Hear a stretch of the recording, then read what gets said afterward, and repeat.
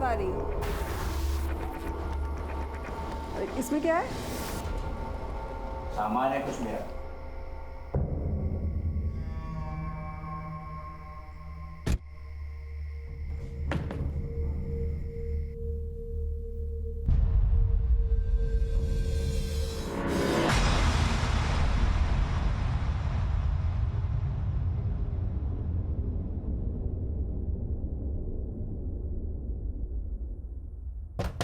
क्या कर रहे हो? दरवाजा क्यों नहीं खोल रहे हो? मैं अभी सिद्धि कर रहा हूँ। विघ्न होगा अगर दरवाजा खोलूंगा तो। दरवाजा नहीं खोल सकता अभी।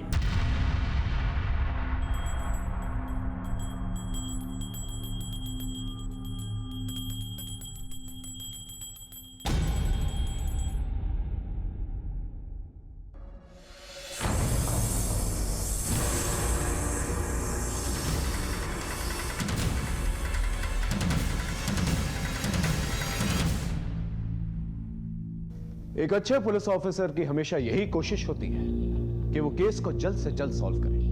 लेकिन कुछ एक केसेस ऐसे होते हैं जिनकी फाइल कभी क्लोज नहीं की जाती है, या तो उस इन्वेस्टिगेशन की दिशा बदल जाती है, इसलिए वो केस डेड एंड पे आ जाता है, या फिर उस केस को हैंडल करने वाला इन्वेस्टिगेटिव ऑफिसर किसी कारणवश उसका तबादला हो जाता है। हर थाने में ऐसे केसेस होते हैं और पुलिस वालों को ये केसेस याद भी रहते हैं, इसलिए देर सवेर कभी ना कभी ये केसेस सॉल्व भी हो जाते हैं। आज का केस भी कुछ ऐसा ही केस है जो 2 साल से अटका पड़ा था और दोबारा छानबीन करने पर यह केस इंडिया का एक अनोखा केस बन गया। फिर इस केस के खुलासे से अपराध को अंजाम देने के नए और नायाब तरीके सामने आए, जिससे हम पुलिस वालों को भी हैरत में डाल दिया।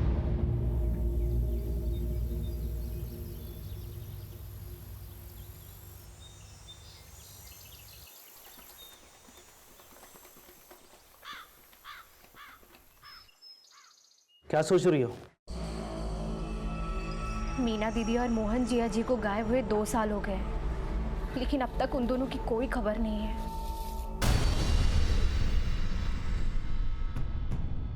अब 2 साल में कोई खबर नहीं आई तो अब क्या खाक आएगी? कहीं मर मुरा गए होंगे वो लोग।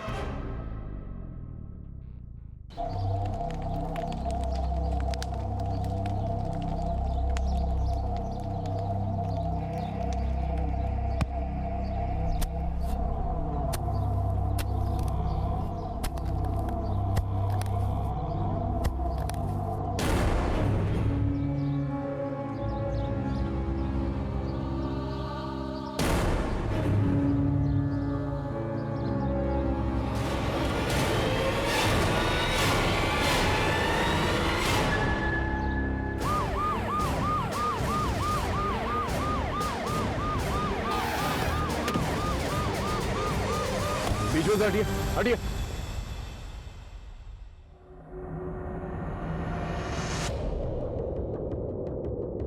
सर लगता है काफी समय हो गया है। सीना, कमर और खोपड़ी की हड्डियों के अलावा सारी हड्डियां गल चुकी हैं। स्केलेटन देखकर ये नहीं पता चल रहा है कि ये मर्द है या औरत, लेकिन स्कल क्रैक्ड है। हो सकता है इनकी मौत सर पे चोट लगने की वजह से हुई हो। एक काम करो, फॉरेंसिक के लिए भेजो, पता चल जाएगा ये मर्द है या औरत।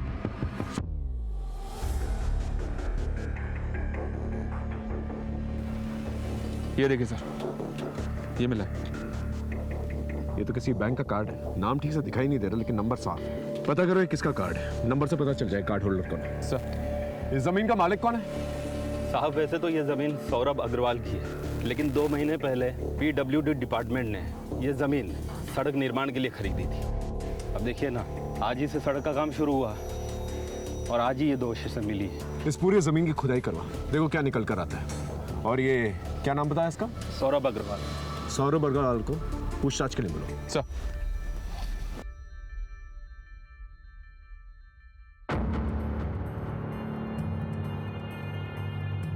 ये डेबिट कार्ड तो सर कठुआ गांव के मोहनलाल का है। मैं अभी आपको इसका प्रिंट आउट निकाल के देता हूँ।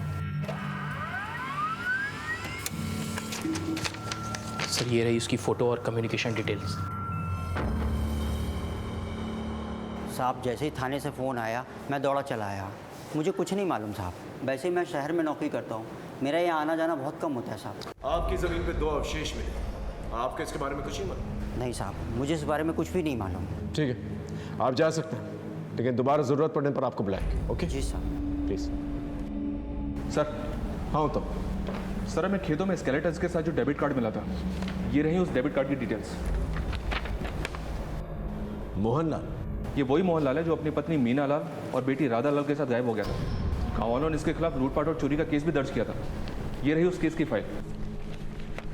रंजन सर ने इस केस की तफ्तीश भी की थी, लेकिन उन्हें कोई लीड नहीं मिली थी। उस जमीन पर कुछ और डेड बॉडीज मिले? नहीं सर, पूरी ज़मीन की खुदाई करवाई पर कुछ नहीं मिला। ठीक है, हॉस्पिटल अथॉरिटी से रिक्वेस्ट करो कि वो डीएनए रिपोर्ट जल्द से जल्द पेश करें ताकि हम पता लगा सकें ये स्केलेटन्स किसके हैं और ये तीसरा इंसान कौन है जो गायब है। ये मरने वाली की बहन गायत्री अवस्थी, उसने मिसिंग कंप्लेंट भी लिखवाई थी। जी हाँ सर, गायत्री इसी गांव में मोहनलाल के घर से थोड़ी ही दूरी पर रहती है।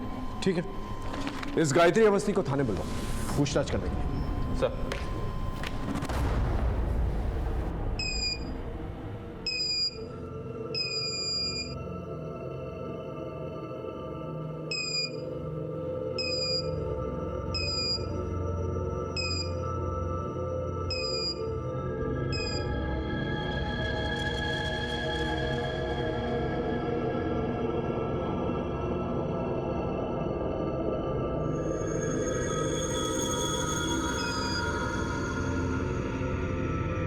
एक्सक्यूज़ मी सर, आप लोग अंदर नहीं जा सकते।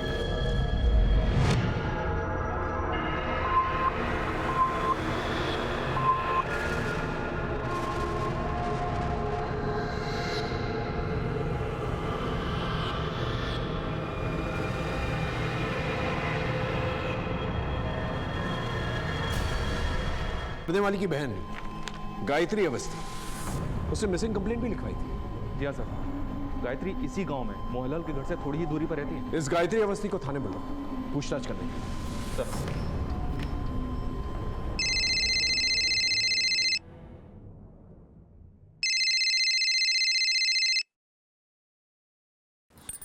हेलो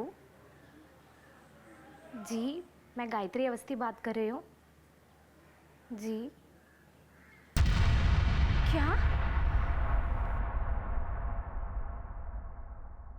साहब, जीजा जी बहुत नेक इंसान थे, पर समय के फेर ने सब बर्बाद कर दिया।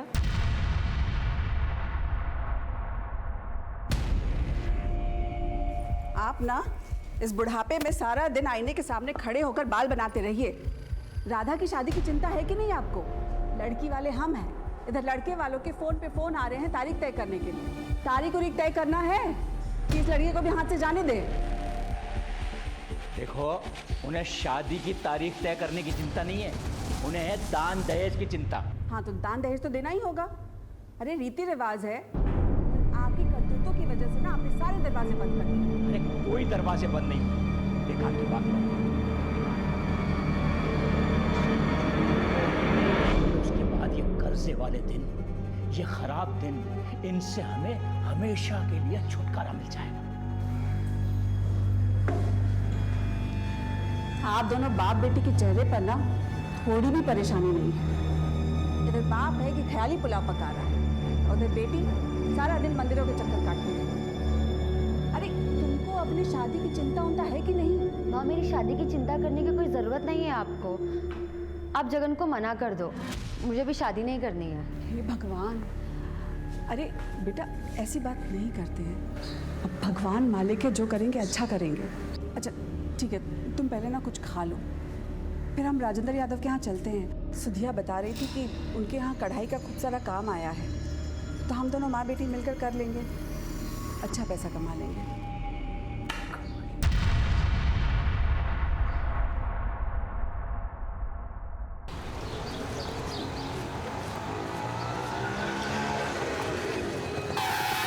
अरे चाची आइए बैठिए, मैं घर छोड़ देता हूँ।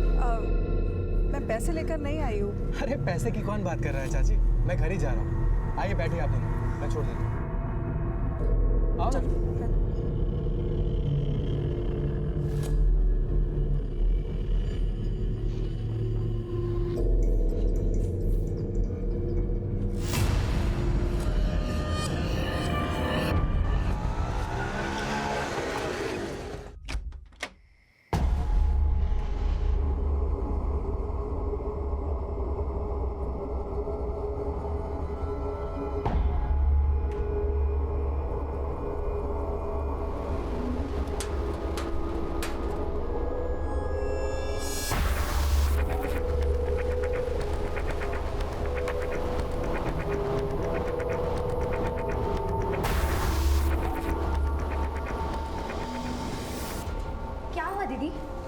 आपको क्यों बुलाया? गायत्री, देख ना तेरे जीजा जी सांप और नागमणि से बातें कर रहे हैं।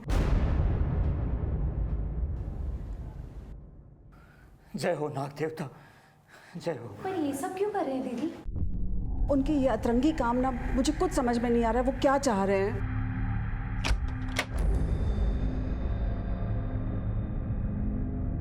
राधा बिटिया, अब तू देखना, तेरी शादी इतने धूमधाम से करूंगा ना, पूरा गांव देखता रह जाएगा। और गायत्री, बस 11 दिन की बात है, उसके बाद मैं तेरी और अशोक की किस्मत बदल के रख दूंगा।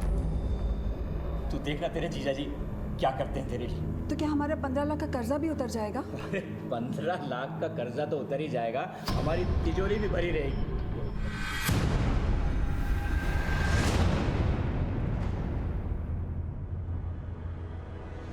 रमन, साइड में रुकाना। मुझे 1 घंटे बाद यही मिलना, तब तक मैं पूजा करके आती हूँ। ठीक है।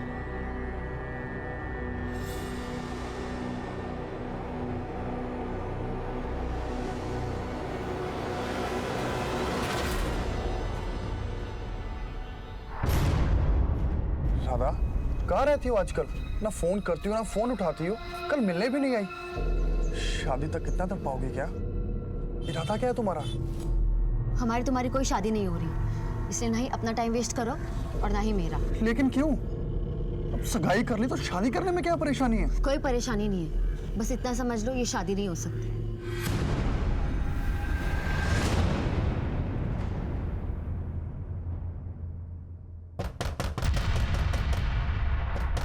कौन है भाई? अरे आ रहे हैं। कहाँ है हमारा पैसा? कर्जा लिया है या दान लिया है, लौटाने का नाम ही नहीं ले रहा और मुंह छिपा छिपा के भाग रहा है। अरे 10 दिनों के बाद मैं तुम्हारा सारा पैसा वापस कर दूंगा, और चाहिए तो मुझसे सूद पे पैसे लेके जाना। 10 दिन में ऐसी कौन सी करामात होने वाली है? दिखाता हूँ, ये देखो, इन 2 डिब्बों में है करामातों की कुंजी। क्या इन डिब्बों में? खुद ही देख लो। जरा हम भी तो देखें। देखो।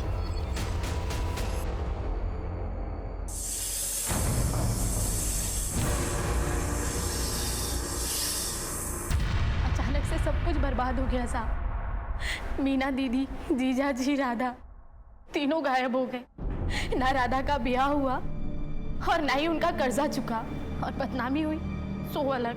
और अब 2 साल बाद उनकी लाश। ये लीजिए पानी। वो स्केलेटन मीना लाल का है, ये जानने के लिए हमें आपका डीएनए उस स्केलेटन के डीएनए से मैच करना होगा। फिलहाल आप घर जा सकते हैं, लेकिन शायद दोबारा हम आपको बुलाएं। और इस केस के बारे में अगर आपको कुछ भी पता चले तो प्लीज हमें बताइए। ठीक है सर। एक बहुत ही विचित्र कहानी हमारे सामने आई थी। इस केस में कई सिरे थे और हर सिरे के पीछे कई सवाल। हम हर एक सवाल के पीछे जवाब ढूंढ रहे थे, हम हर एक पहलू को टटोल रहे थे। यहां एक मजबूत दस्तक यह थी कि मोहनलाल को एक सोची समझी साजिश के तहत शिकार बनाया गया था। अब ये कौन था, क्यों कर रहा था और कैसे कर रहा था, इन सवालों का जवाब हमें ढूंढना था।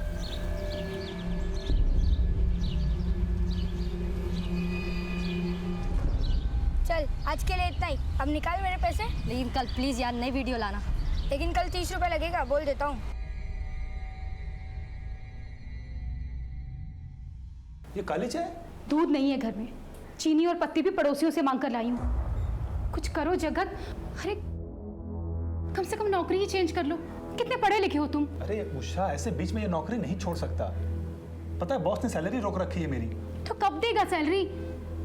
तुम मुझे अपने भाइयों से भी मदद नहीं लेने देते। अरे उनसे मदद लेके मरना है क्या मुझे? हमारी लव मैरिज हुई है, तुम्हारे सारे भाई मुझसे खार खाए हुए बैठे हैं, कभी भी बदला ले सकते हैं हमसे। तो बताओ अब मैं क्या करूं? गर्व को भी स्कूल नहीं भेज रही हूँ, स्कूल वाले बार बार फीस मांगकर उससे सारे बच्चों के सामने टॉर्चर करते हैं।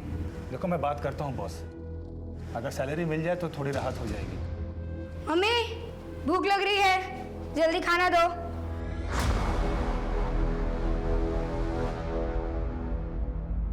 ये रही ग्राम पंचायत ऑफिस की सीसीटीवी फुटेज, जिससे यह साबित हो गया था कि मोहनलाल ने ऑफिस से 3 लाख रुपए की चोरी की थी।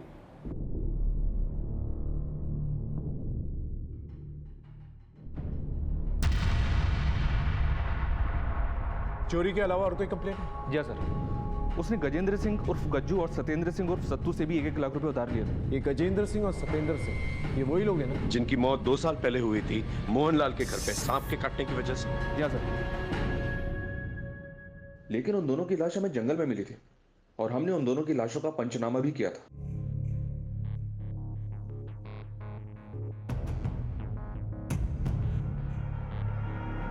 बॉडी को पलटो।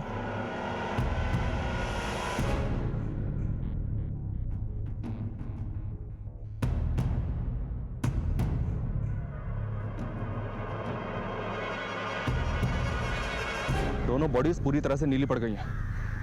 शायद इनकी मौत सांप के काटने से हुई है। फिर भी एहतियात के तौर पर बॉडी को पोस्टमार्टम के लिए भेज दो और आसपास के गांव में पता करो ये लोग कौन है और यहाँ किस काम से आए थे। और हमें तुरंत पता चल गया था कि ये लाशें गज्जू और सत्तू की हैं। फिर गांव के पंचों ने मोहनलाल के खिलाफ शिकायत दर्ज की थी। हम इंक्वायरी के लिए मोहनलाल के घर पहुंचे तो वहाँ ताला लगा हुआ था। फिर हमें पता चला कि उसने गज्जू और सत्तू से 1-1 लाख रुपए ब्याज पे उधार लिए थे। और उसी वक्त मोहनलाल अपनी बीवी मीना लाल और बेटी राधा लाल के साथ फरार हो गए। और आज 2 साल बाद हमें स्केलेटन मिले हैं जिसके साथ हमें मोहनलाल का डेबिट कार्ड मिला है। अगर ये मान कि एक लाश मोहनलाल की तो दूसरी लाश किसकी?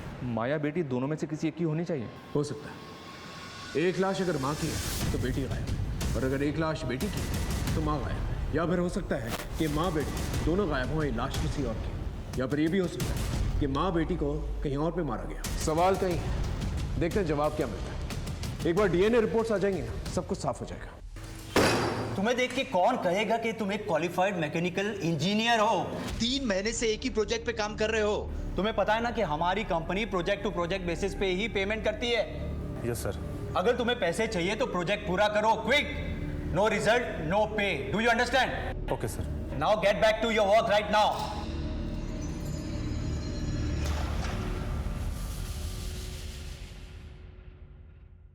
क्या हुआ? सैलरी मिली क्या? नहीं, इनफैक्ट मैं कल से नौकरी पे भी नहीं जा रहा।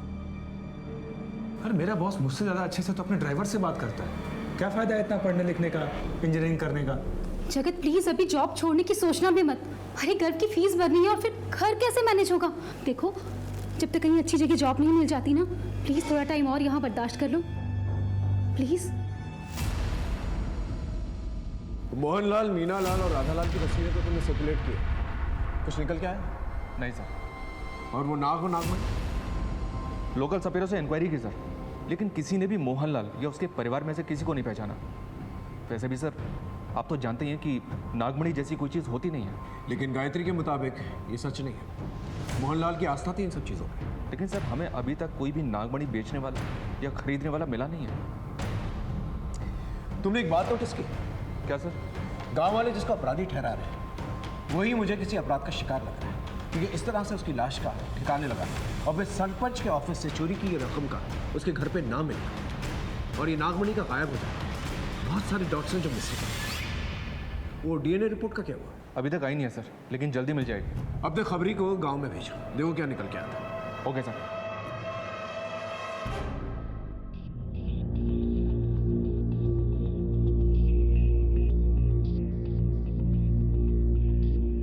नमस्ते साहब, मैं आप लोगों को एक बात तो बताना ही भूल गई। राधा एक दिन मेरे घर पर आई थी अकेली। मुझे बताना, शायद मैं तेरी कुछ मदद कर पाऊँ। मौसी, आप मेरी कसम खाओ कि आप ये बात किसी को नहीं बोलोगे। मैं तेरी कसम खाती हूँ, किसी से कुछ नहीं कहूँगी। पर बता बात क्या है? मौसी, मैं पेट से हूँ। क्या? ये क्या कह रही है तू? बाप कौन है इसका? जगन? वो मैं अभी नहीं बता सकती आपको। एक बार सब ठीक हो जाए सबसे पहले आपको ही बताऊंगी।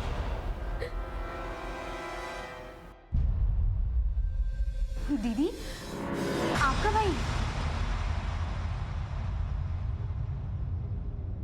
सर हम इन्वेस्टिगेशन के इस एंगल को ओपन करते हैं और राधा के बारे में पता करते हैं। आपको क्या लगता है राधा अपनी मर्जी से प्रेग्नेंट हुई थी या उसके साथ जबरदस्ती की गई थी? साहब अगर जबरदस्ती नहीं होती तो वो रोती क्यों? मुझे तो यकीन है ये काम उस लिच्चड़ मनोज मिश्रा ने ही किया होगा। जीजा जी ने उससे पैसा उधार लिया था।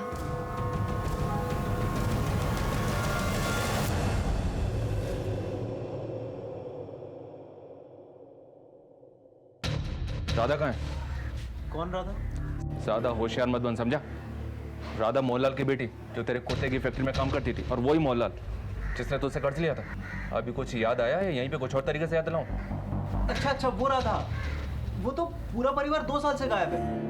गायब है या तूने गायब कर दिया है? देख मनोज, हमें सब पता चल गया। राधा तेरे बच्चे की माँ बनने वाली थी। तू शादीशुदा है, कहीं तेरी शादी ना टूटे इसलिए तूने सबसे पहले राधा को मारा। उसके माँ बाप ने आवाज उठाई तो उन्हें मार दिया। क्यों? ऐसा ही है ना? अब सीधी तरह से बता दे, राधा को कहाँ दफनाया तूने? बोल। सर, वो मेरे यहाँ सिर्फ काम करती थी, उससे ज्यादा मेरा उससे कुछ लेना देना नहीं है। और अगर उसके पेट में बच्चा था तो वो उसके मंगेतर जगन का होगा, उससे मेरा क्या लेना देना? क्या राधा मां बनने वाली थी? किसके बच्चे की? ए जगन, ज्यादा नाटक नहीं है। सवाल हम पूछेंगे, जवाब तू देगा, समझा? तू राधा से प्यार करता था, राधा के साथ तेरी शादी होने वाली थी, लेकिन शादी से पहले राधा मां बन गई। इस बात से तुझे गुस्सा आया और इस बात का बदला तूने पूरे परिवार से लिया, है ना? सर मैं कुछ नहीं जानता, और राधा ने भी मेरे साथ बात नहीं करी। मंगनी के 1-2 दिन बाद उसे पता नहीं अचानक क्या हो गया था। कटी कटी सी रहती थी मेरे साथ वो, ना मेरा फोन उठाती थी, जब मिलने जाता तो ढंग से बात नहीं करती थी, वो करनी काटती थी मेरे से।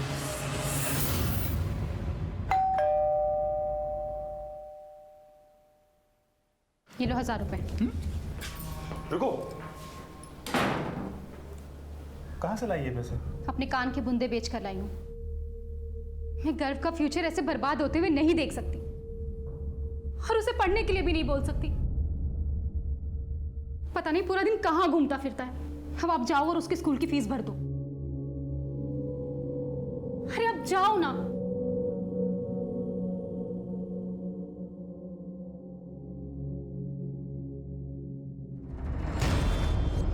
सर, सौरभ अग्रवाल की जमीन पर जो स्केलेटन मिले थे उसकी डीएनए रिपोर्ट आ गई है।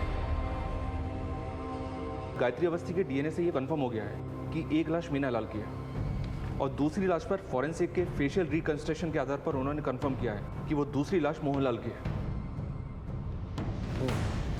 इसका मतलब राधा लाल ही गायब है। सर, गायत्री अवस्थी की बातों से लग रहा था कि राधा अपनी मौसी के काफी करीब थी। ऐसे में ये सब बहुत अजीब लग रहा है कि राधा 2 साल से अपनी मौसी से मिलने तक नहीं आई। इस गायत्री के कॉल रिकॉर्ड से कर देखो कोई सस्पिशियस नंबर निकल के आता है कि नहीं, और उसे क्रॉस चेक कर। Okay right sir.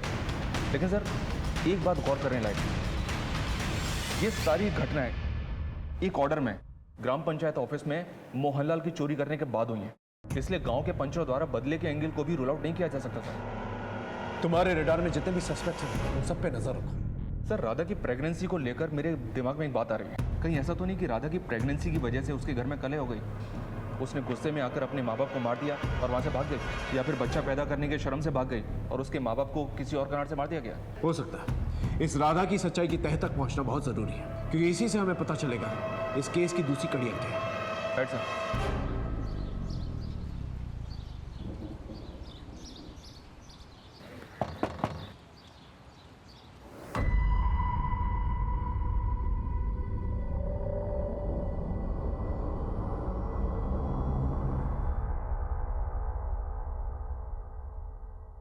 स्कूल वाले मान गए 1000 रुपए में। कल से हमारा घर स्कूल जाएगा ना। जगत, संभालिए अपने लड़के को। खुद तो बिगड़ा हुआ है ही, साथ में हमारे बच्चों को भी बिगाड़ रहा है। अरे 20-20 रुपए लेके अपने मोबाइल पे हमारे बच्चों को ये गंदी फिल्में दिखाता है। अगली बार अगर ये पकड़ा गया ना तो यहाँ नहीं, सीधा पुलिस स्टेशन जाऊंगा। संभाल लेना। तेरे पास फोन कहाँ से है? मोबाइल खरीदने के पैसे कहाँ से आए तेरे पास? दिखा, फोन दिखा। अरे ये तो मेरा मोबाइल है, ये तूने चुराया था। तो क्या करूं? स्कूल से निकाल दिया। पॉकेट मनी के नाम पर सिर्फ 1 रुपया भी नहीं होता मेरे पास। कुछ ना कुछ तो करना पड़ेगा ना।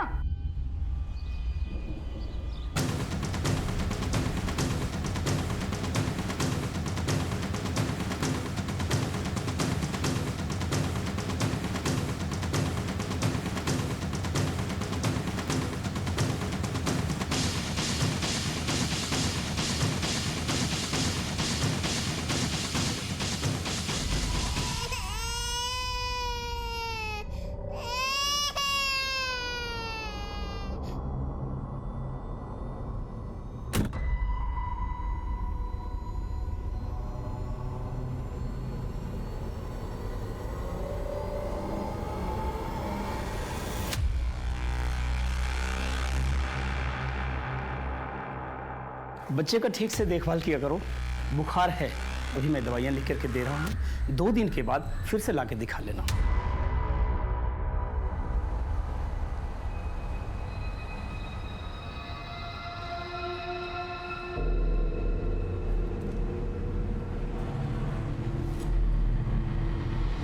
सुनो,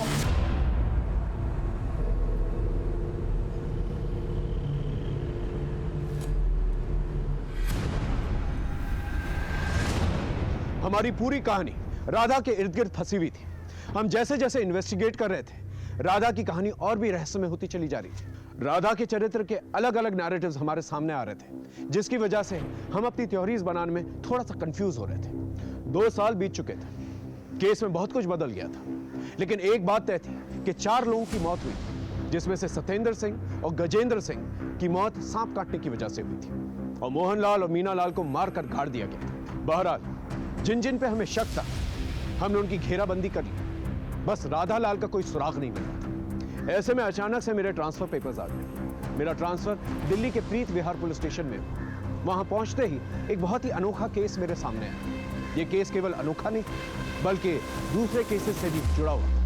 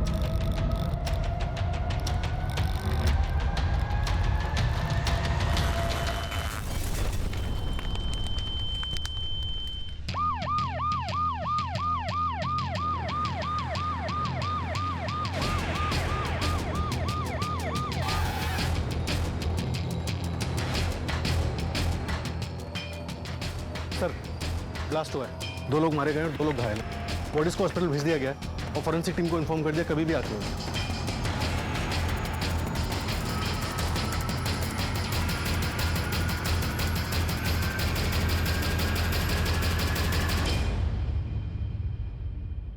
सबसे पहले हमें यह पता लगाना होगा इस ब्लास्ट में कौन सा मटेरियल यूज किया गया और इसके पीछे क्या मकसद है। हो सकता है ये टेररिस्ट एक्टिविटी हो। इस फार्म हाउस का मालिक कौन है? Prashant Verma sir, London based NRI. यहाँ एक सिक्योरिटी गार्ड परमानेंट जॉब करता था, जो यहीं रहता था। फिलहाल वो फरार है। इस फार्म हाउस को सील कर और सिक्योरिटी गार्ड को जल्द से जल्द तलाशो। अपने बॉम्ब स्क्वाड और फोरेंसिक टीम से कहो इस फार्म हाउस की अच्छी तरह से तलाशी ले। ये जिस किसी ने भी किया है वो समाज के लिए काफी खतरनाक हो सकता है।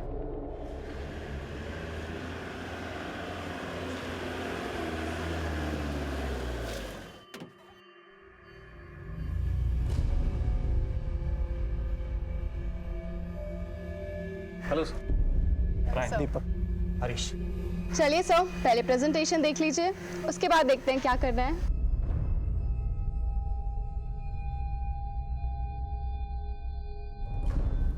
इंटरेस्टिंग। इसकी बाजार में क्या कीमत बताई आपने? सर, इसकी कीमत 1 लाख करोड़ है। 1 lakh crore? Yes sir. You had it right, sir. It's an investment for generations. हम आपके सर से कब मिल सकते हैं? सर, अभी वो बार्सिलोना में इंटरनेशनल सेमिनार अटेंड कर रहे हैं। अगर आप बोलेंगे तो मैं उन्हें एक SOS मैसेज डाल दूंगा। हाँ सर, तभी वो नेक्स्ट वीक प्लान कर पाएंगे आने का। ठीक है, हम उनसे नेक्स्ट वीक मिलना चाहेंगे। कंपनी तो काफ़ी नामी ग्रामी और 2 साल से चल भी रही।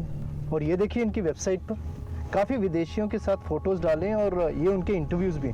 और साथ ही में ये खबर है कि इनके कई ब्रांचेज है यूरोप में भी। मुझे तो सब कुछ ऑथेंटिक लग रहा है। क्या कहता है फिर? डील लॉक कर। क्या? सर, फार्म हाउस ब्लास्ट में मरने वाले लोगों की शिनाख्त हो गई। एक का नाम है सुशील कपूर और एक अर्जुन चैटर्जी। दोनों के घर वालों को नहीं पता था कि वो यहाँ आए थे। उनके घर वालों को इस ब्लास्ट के बारे में भी कुछ नहीं पता। घर वालों की CDR रिपोर्ट निकालो, हम कोई चांस नहीं ले सकते। Right sir. घायलों की स्थिति क्या है? सर वो अब भी बात करने की स्थिति में नहीं है। उनमें से किसी एक को भी अगर होश आ जाता है तो हमें काफ़ी इन्फॉर्मेशन मिल सकती है। हॉस्पिटल के पीआरओ से टच में। और ये ब्लास्ट की इमीडिएट फॉरेंसिक रिपोर्ट क्या निकली? सर ब्लास्ट में मीथेन गैस का इस्तेमाल हुआ था और ब्लास्ट में यूज हुए दूसरे केमिकल्स की रिपोर्ट आनी अभी बाकी है। और वो सिक्योरिटी गार्ड जो भागा था उसके बारे में कुछ पता चला? सर उसके पीछे एक टीम लगा रखी है। उसका फ़ोन अभी भी स्विच ऑफ जा रहा है और वो अपने गांव भी नहीं पहुंचा है। चारों तरफ कड़ी निगरानी रखो और इस ब्लास्ट की तह तक पहुंचना हमारे लिए बहुत जरूरी है, वरना ये मीडिया वाले बहुत बड़ा बवाल खड़ा करेंगे।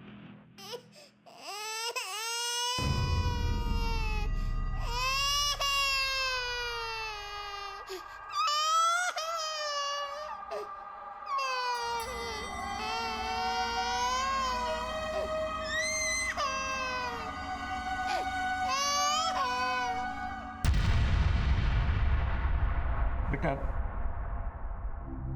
तेरे इन आंसुओं का जिम्मेदार मैं हूं। मैं मानता हूं कि न तो मैं अच्छा बाप बन पाया और न अच्छा पति।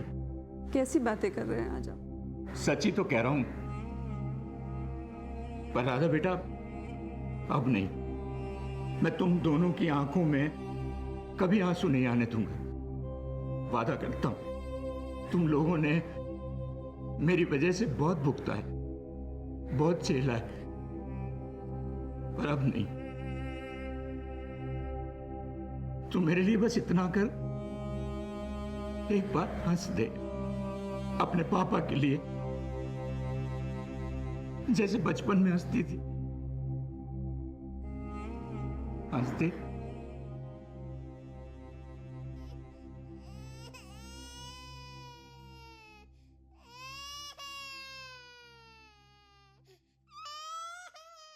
जैसा आप लोगों ने कहा, हमने पूरे 80 लाख रुपए फंड ट्रांसफर कर दिए हैं। That's great sir. हम लोगों ने भी सर को इन्फॉर्म कर दिया है। वो बार्सिलोना से अबू धाबी आ चुके हैं। बस 2 दिन में इंडिया आ जाएंगे। तब तक हम कॉन्ट्रेक्चुअल एंड लीगल फॉर्मेलिटीज कर लेते हैं ताकि जब सर आए तो पेपर वर्क स्मूथ हो जाए। That's great. Sir farm house में जो ब्लास्ट हुआ था उसी पैटर्न का एक ब्लास्ट 3 महीने पहले कोलकाता में भी हुआ। ये पुलिस हेडक्वार्टर से फाइल की कॉपी आई है। ये तो काफी शॉकिंग है। क्या हुआ सर? रेडियो एक्टिव ब्लास्ट में जो कंपनी इन्वॉल्व है उसके बोर्ड ऑफ डायरेक्टर्स में ये जो नाम और ये तस्वीर, ये तो वही शख्स है जिसका केस मैं कटवा में सॉल्व नहीं कर पाया। सर मोहनलाल, ताज्जुब की बात यह है कि ये 2 साल पहले मर चुका है और ये वेबसाइट 2 साल के बाद बनाई गई है। और जिस मोहनलाल को मैं जानता हूँ वो एक सीधा साधा गांव का आदमी है। वो गांव से कभी शहर गया ही नहीं, तो उसे रेडियो एक्टिविटी और न्यूक्लियर साइंस के बारे में क्या पता होगा? सर जाहिर सी बात है, मोहनलाल के नाम का इस्तेमाल करके कोई नाजायज फायदा उठा रहा है। ये जो कोई भी शख्स है इसके बारे में जल्द से जल्द हमें पता करना होगा। एक काम करो, कठवा गांव जाकर अपने खबरी नेटवर्क को एक्टिवेट करो। पता करो कि कौन है जो बार बार गांव से दिल्ली जाता है। Right sir. और अब ये एक सीक्रेट मिशन की तरह होना चाहिए। कानो कान किसी को खबर नहीं होनी चाहिए। हो सके तो विजिलेंस डिपार्टमेंट की मदद। इन कल्प्रिट्स को जल्द से जल्द दबोचना होगा। Okay? Right sir.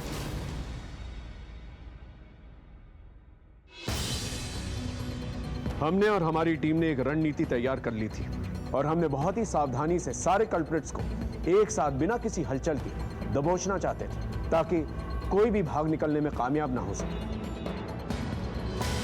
Sir cyber cell ने इस कंपनी की वेबसाइट की ऑथेंटिसिटी चेक की। उनके हिसाब से इस वेबसाइट का आईपी एड्रेस मोहनलाल के नाम पर ही रजिस्टर्ड है और खबरों ने पता लगाया कि आजकल इन दोनों का दिल्ली आना जाना काफ़ी बढ़ गया है सर। और एक बात सर, इनमें से एक गांव काफ़ी आता जाता है जबकि दूसरा काफ़ी टाइम से अपने गांव नहीं लौटा है। साहब यही है वो फार्म हाउस का चौकीदार। साहब मुझे माफ कर दो, मैं पैसे की लालच में आ गया था साहब। एक साहब ने आपसे 2 दिन के लिए बंगला किराए पे लिया था, सोचा कि मैं थोड़ा बहुत पैसा कमा लूँ साहब। इनमें से कोई है? सर ये था।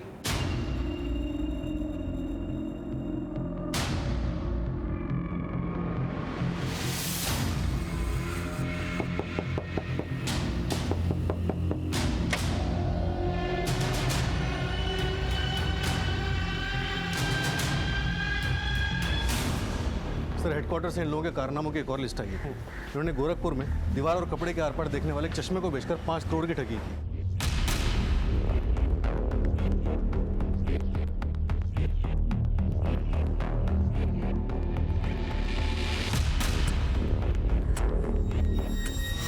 चश्मा बेचने के लिए इन्होंने जुड़वा लड़कियों का इस्तेमाल किया। जुड़वा लड़कियों? हाँ सर, और लोगों को लगा कि एक ही लड़की दीवार के आर पार से नजर आ रही है। इसके बाद इन्होंने दार्जिलिंग में रुद्राक्ष और माला बेचकर 3 करोड़ की ठगी की।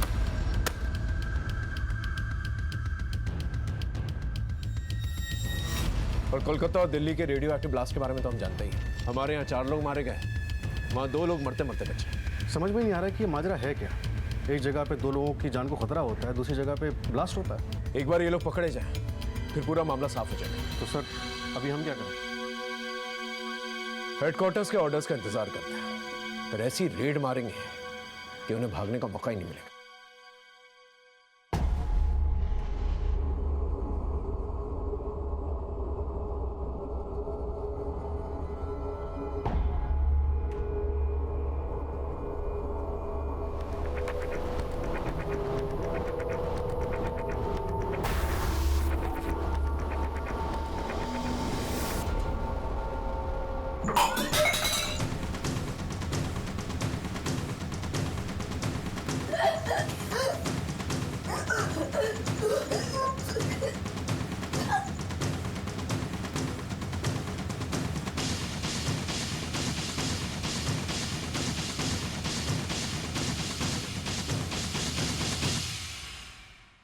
सर ये रही हेडक्वार्टर से ऑर्डर शीट। हम अपने एंड पे पूरी तरह से प्रिपेयर्ड हैं। अरेंजमेंट फुल प्रूफ है? पूरा अरेंजमेंट हो गया सर। हमारे सोर्सेज के हिसाब से सारे कल्प्रिट्स एक ही जगह पे मौजूद हैं। Go ahead.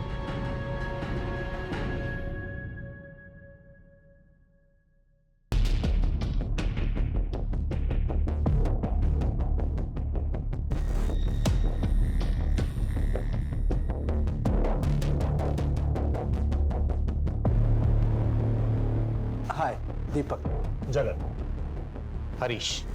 Please come.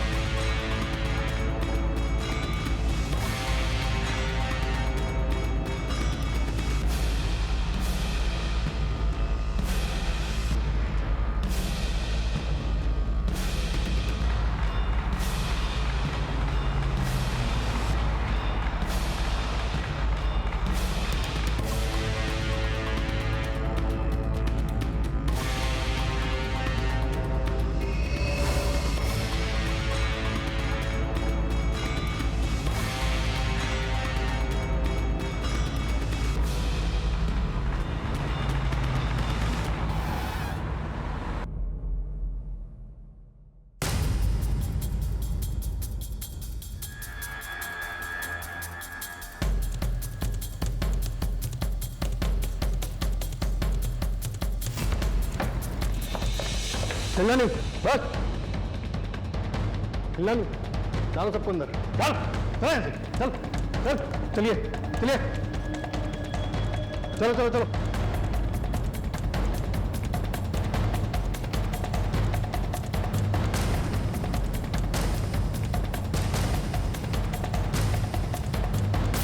जज साले, ना जाने कितने सपनों और जिंदगियों के साथ खेले हो। बेटे को दिल्ली के एनडीएमसी स्कूल में पढ़ाने की औकात नहीं है, और आज वो बर्मिंघम के रॉयल स्कूल में पढ़ रहा है। वाह, एक ऑटो रिक्शा चलाने वाला, एयरप्लेन चलाने की ट्रेनिंग लेने वाला है। तुम दोनों ने जो 2 सालों में किया है ना, वो एक हार्वर्ड ग्रेजुएट 10 सालों में ना कर पाए।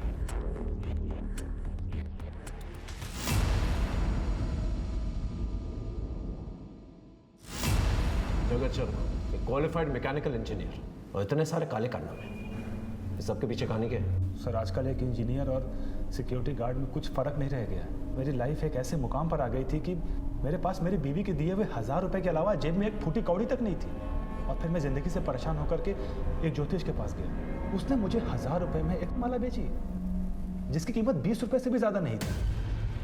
फिर इस घटना से मुझे एक नई दिशा मिली, लेकिन जिस दिन मेरे बेटे ने बिल्डिंग की छत से छलांग लगाई उस दिन मैंने ठान लिया था।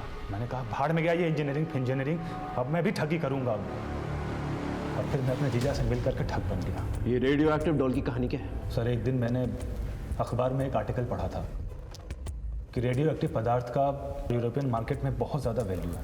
मैं अपने आसपास एक डॉल ढूंढने लगा। फिर कुछ दिनों के बाद मैंने अपने जीजा की दुकान पर एक डॉल देखी। तब मेरे दिमाग में एक आइडिया आया। ये नाग और नागमणि का आइडिया तेरा था ना रमन चौधरी? सर मैं मोहनलाल से गांव में जुए की हर बाजी जीता था। एक दिन उसने मुझसे पूछा, ये रहे मेरे 3 बादशाह। वो फिर से? भाई एक बात बताओ, आप हर बाजी कैसे जीत जाते हो? ये सब मेरी माला का कमाल है। मेरे पास पैसे नहीं है, वरना मैं एक नागमणि के बारे में जानता हूँ। वो अगर मुझे मिल जाए ना, मेरी सारी इच्छाएं पूरी हो जाए। वो नागमणि है कितने की? सिर्फ 5 लाख। मैंने उसकी आंखों में मणि पाने की चाहत को पढ़ लिया। देख, ग्राम पंचायत के फंड्स ऑफिस में रहते हैं, चुरा ले। मेरे ही कहने पे मोहनलाल ने चोरी की। भाई ये पूरे 5 लाख रुपए, 3 लाख रुपए मैंने वो ऑफिस से चुरा लिए थे। 1 लाख रुपया मैंने सत्तू और गज्जू से ब्याज पे ले लिया। काम तो हो जाएगा ना भाई? ये लो, इससे तुम्हारी सारी इच्छाओं की पूर्ति होगी। मुझे पता था कि कोई चमत्कार नहीं होने वाला। मुझे तो लगा था कि एक दिन सांप खुद उन्हें डस लेगा और उसी के साथ सारे किस्से कहानियां खत्म हो जाएंगे, मगर गज्जू और सत्तू की मौत ने सब गड़बड़ कर दी। सांप सत्तू और गज्जू को काटने के बाद गायब हो गया। फिर दोनों पति पत्नी मुझसे मिलने आए। साले धोखेबाज, निकाल मेरे पैसे। कैसे पैसे? चल निकल यहाँ से, नहीं तो पुलिस में दे दूंगा। तुम्हारे कारण सत्तू और गज्जू की मौत हुई और तुम्ही ने गांव में चोरी भी की। पंचों ने तुम्हारे खिलाफ पुलिस में कंप्लेन भी करवा दी है। किसी को पता ना चले इसलिए मैंने लाशों को किसी सुनसान जगह पे गाड़ दिया। जमीन की खुदाई हुई, वहाँ पर मोहन और मीना के स्केलेटन्स मिले। राधा को कैसे फंसाया? मैंने राधा को एक झूठी कहानी सुनाई। गांव वालों ने तुम्हारे माँ बाप को मार दिया है। क्या? और वो तुम्हें भी कभी भी मार सकते हैं। देखो राधा, इससे पहले कि वो तुम तक पहुंचे, तुम भाग चलो मेरे साथ। चलो ना, चलो। मैं उसका ख्याल रखता था और उसके बदले में उसका इस्तेमाल करता था। राधा कहाँ है?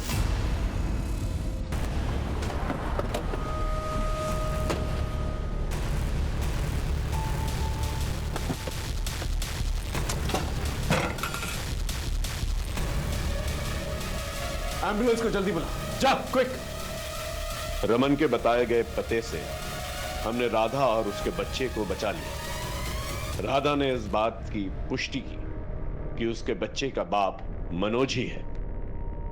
मोहनलाल के केस में एक बड़ी दस्तक छुपी हुई थी।